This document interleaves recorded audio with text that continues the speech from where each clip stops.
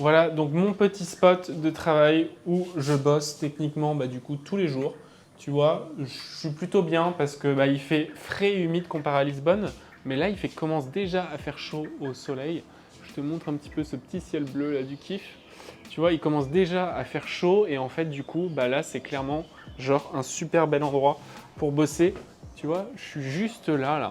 C'est juste magnifique. Je ne sais pas si tu vois le détail de cet arbre ici, là, c'est très très beau. Il y a de la lumière. C'est vraiment un énorme kiff. Il y a les oiseaux, j'adore. Donc je te reprends ici. Est-ce que ça donne un truc cool quand je suis comme ça? Non, bon écoute, ce que je vais faire, c'est que je vais te re-raconter ce qui se passe depuis ce matin. Il m'arrive un truc de barjo et je vais en profiter pour ressortir, pour aller faire un petit tour au soleil avec toi.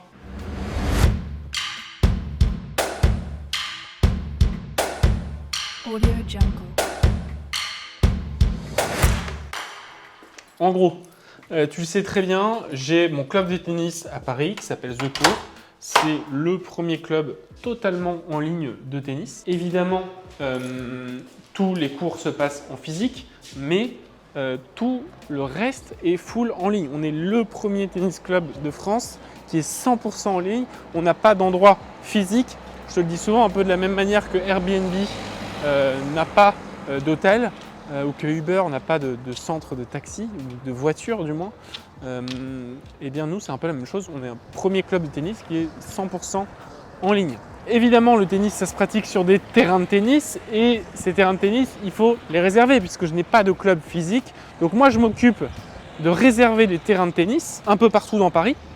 Et évidemment, donc j'ai un outil pour réserver ça. Tu sais, il y a un truc que je trouve vraiment sympa. D'ailleurs, petite dédicace à toi, Martial, qui a créé Anybody. Anybody, c'est une plateforme sur laquelle tu peux réserver des terrains de tennis, de squash, de paddle. C'est juste une plateforme extraordinaire. Bref, je ne suis pas là pour faire leur promo, mais tu vois, c'est ce genre de service innovant que je trouve bien qui arrive dans le tennis. Et nous, on est on est vraiment sur le tennis, mais on est un club totalement en ligne de tennis. Et donc, de la même manière que sur Anybody, tu peux aller réserver un terrain je ne sais où, eh bien nous, nos joueurs, nos clients, ils peuvent réserver un pro et nous, on s'occupe de les mettre du coup en relation avec le pro et de leur réserver un terrain. Donc moi, mon job au quotidien, c'est de faire en sorte que l'expérience de l'heure d'entraînement, qu'on appelle le training, cette expérience d'heure d'entraînement, elle soit géniale pour le client, le joueur, et également pour le pro. Parce que le pro, il donne le cours. Et il faut que l'expérience soit bien aussi pour lui. Donc c'est ce petit monde que moi je dois faire vivre en leur proposant la meilleure expérience. Dans la part de l'expérience que je donne, il y a réserver le terrain. Ce qu'il faut, c'est que le terrain soit dans un bon emplacement pour le client et pour le pro. De la même façon, quand tu réserves un Uber, il faut que le chauffeur il puisse te trouver facilement et que toi, tu puisses avoir accès à un chauffeur le plus rapidement possible, le plus proche de où tu es. C'est Uber qui se charge de faire ça. Moi, je me charge pareil de rendre l'expérience la meilleure pour le pro et le joueur. Et donc pour ça, ça passe par le terrain. Sauf que mon outil pour réserver les terrains, il y a eu une mise à jour de l'interface qui est de l'autre côté.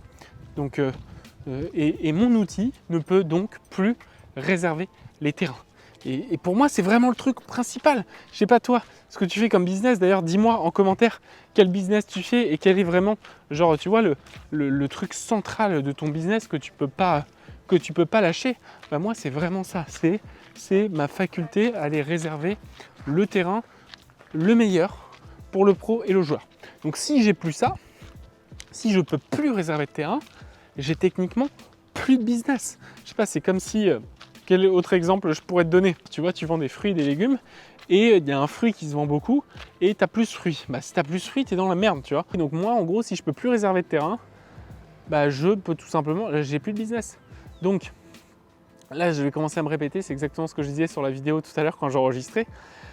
Il y a deux choses. Il y a évidemment, tu vois, si j'essaie de prendre du recul un petit peu sur ce qui est en train de se passer pour moi, il y a cette réaction à chaud. Bon, c'est ok, c'est important de vivre des émotions, surtout qu'on est un être humain, on est un être humain avec des émotions, tu vois, mais d'un point de vue business, d'un point de vue investisseur, il faut prendre du recul sur ça. Il faut prendre du recul et il faut avoir des décisions qui ne sont pas à caractère émotif, à caractère émotionnel. Tu le sais, je t'ai déjà dit dans pas mal de vidéos, je suis investisseur notamment en bourse, je suis investisseur en crypto-monnaie, j'ai commencé à avoir un gros portefeuille de crypto-monnaie. Je peux te partager les chiffres. J'ai à peu près 110 000 $ de crypto-monnaie. Et d'ailleurs, là, on est en pleine période où le Bitcoin est en train de prendre une grosse baisse. Et tu vois, sur 2-3 jours, je peux perdre mon portefeuille, il peut perdre 30 000 $. Sa valeur peut descendre de 30 000 $. Et tu vois, j'ai aucune émotion là-dessus. Je m'en fous parce que je suis confiant que ça remonte, tu vois. Donc, je ne suis pas là pour parler de crypto. Mais ce que je veux dire, c'est que cette attitude d'investisseur que j'ai avec les cryptos, elle me plaît. Parce que j'ai vraiment aucun caractère émotionnel, je m'en fous. Et si mon portefeuille tombait à zéro demain, je m'en fous. Typiquement, il y a un an, à l'entrée du Covid, mon portefeuille il était grave descendu. J'avais perdu l'équivalent de 30 000 € sur tous mes investissements. Je m'en foutais complètement en fait. Et j'étais sûr que ça allait remonter. Et d'ailleurs, c'est remonté à fond un an plus tard. Enfin, les mois plus tard. Tu vois, et là, le truc de ce club de tennis, et c'est ça qui indirectement n'est pas bon dans ma prise de décision, et d'ailleurs ça me fait du bien d'en parler, c'est que j'ai un caractère très très émotionnel dans ce business. Pourquoi? J'ai un caractère très émotionnel dans ce business parce que ça fait 10 ans que je le fais. Ça fait 10 ans. Ça doit faire 11 ans que j'ai donné mes premiers cours de tennis. Ça doit faire 10 ans que j'ai donné mes premiers cours de tennis à Paris. J'ai commencé à en donner un ou deux à Caen. Puis j'en ai donné après des centaines à Puteaux. Puis j'en ai donné un à… Mon premier, c'était à Michel, à Paris. J'aimais beaucoup Michel. C'était Michel, tout simplement. C'était le boss de la néphrologie. Je crois que c'est comme ça qu'on dit. Donc tout ce qui est lié au rein. Des hôpitaux Necker à Paris et un autre. Et on jouait tous les vendredis à 14 h. C'était mon premier client qui me payait 50 €. Pour moi, c'était une immense fierté d'être payé 50 € pour une heure. Avoir un billet orange à la fin, c'était hyper gratifiant. Ça me permettait, j'étais très jeune, ça me permettait tout simplement, je me disais, tu vois, ce billet, c'est ce qui va me permettre de vivre cette semaine. Donc tu vois, ça avait beaucoup de symboles. C'était à peu près mon plein de courses, 30 € par semaine et 20 € qui a été le reste de mes activités pour la semaine. J'avais très très peu d'argent. Et tu vois, le plus je multipliais en gros ça me permettait d'aller payer tout simplement mon loyer. Donc tu vois, il a fallu que j'en donne beaucoup des cours.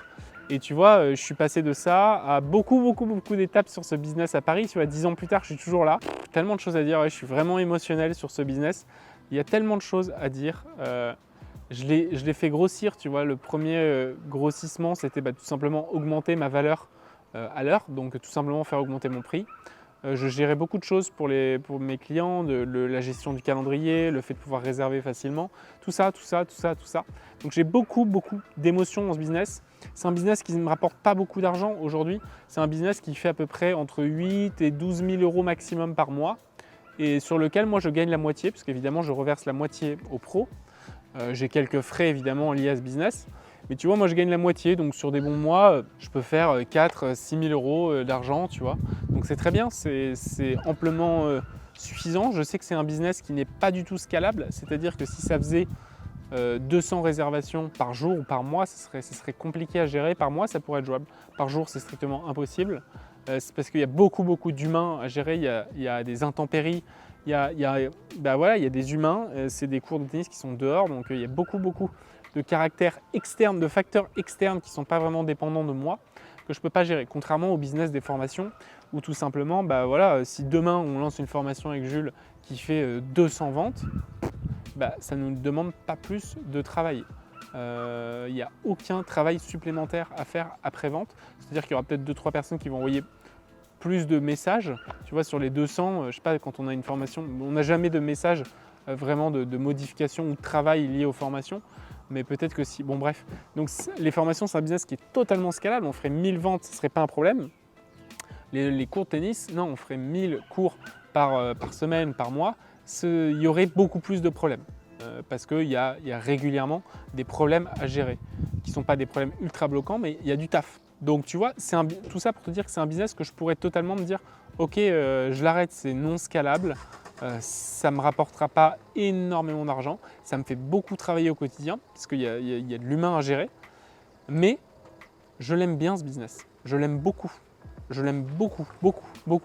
parce que ça fait des années que je travaille dessus, j'ai vu plein de choses, putain je pourrais chialer, je l'aime vraiment beaucoup ce business et j'ai pas envie de l'arrêter. Et je t'assure qu'il y a eu plusieurs fois où je me dis ok, je l'arrête ou pas, parce que là je suis en train de te dire ça, mais sur la dernière année, sur la dernière année avec le Covid, il a dû fermer 3-4 fois ce business.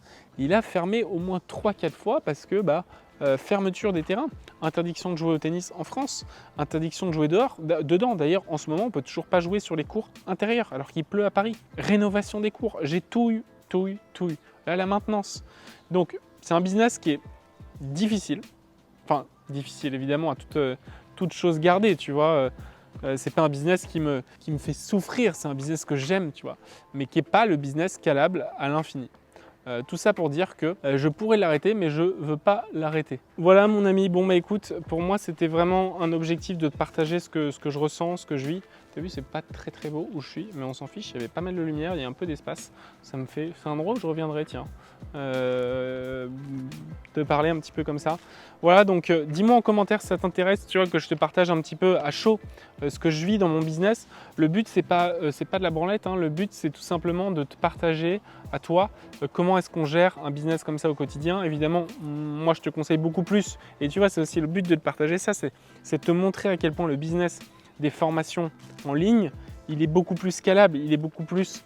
il est plus facile, entre guillemets. Il est plus dur au début parce qu'il faut vraiment créer une audience, mais de la même manière, tu vois, moi, je suis allé chercher ces premiers clients à Paris, tu vois, ils sont pas venus nulle part, j'ai taffé pour qu'ils viennent. Bon, mais le business en ligne, c'est quand même beaucoup plus facile à gérer et tu peux clairement aller to the moon à vendre des centaines et des milliers de formations, contrairement au business des cours en physique. Et tu vois, c'est ce que je te dis beaucoup, parce que de la même façon que quand je te dis de lancer ton business de formation en ligne, je te dis que tu n'es pas en train de vendre ton temps contre de l'argent, eh bien d'une certaine manière, moi je suis plus en train de donner les cours de tennis, c'est les pros qui les donnent, mais d'une certaine manière, le temps égale quand même de l'argent, parce que 1 heure, c'est 100 €. Moi je gagne 50 € dessus sans être en train de donner un cours, de me fatiguer, etc., contrairement aux pros, mais c'est quand même du temps contre de l'argent. Et donc, oui, c'est bien parce que je ne suis pas en train de souffrir à donner le cours, entre guillemets, hein, toute chose gardée. Évidemment, les pros ne sont pas du tout en train de souffrir non plus. C'est un job de rêve. Moi, je l'ai fait pendant des années. Mais temps égale argent. Contrairement, et c'est le meilleur exemple pour t'illustrer que, voilà, sur le business des formations en ligne, c'est pas du tout ça. On sort une nouvelle énorme formation dans une semaine avec Jules, certainement à l'heure où tu regardes cette vidéo. Je t'en ai parlé, on la vend en webinar. Bon, voilà, on va la proposer 500 € cette formation. Que j'en vende une ou que j'en vende, allez, on pourrait en vendre sur l'année, je sais pas, 50, ouais, sans problème, 50, on peut le faire. Et c'est la même chose, tu vois, parce que c'est juste les gens, ils paient, ils ont accès au contenu directement. Il n'y a pas de genre, on se rejoint à tel endroit, putain, est-ce qu'il fait beau, est-ce qu'il va pleuvoir, ou ah merde, j'avais prévu que c'était 14 h, j'avais pas compris que c'était 15 h, ou putain Arthur, désolé, je pars en tournoi. Tu vois, il n'y a pas ça.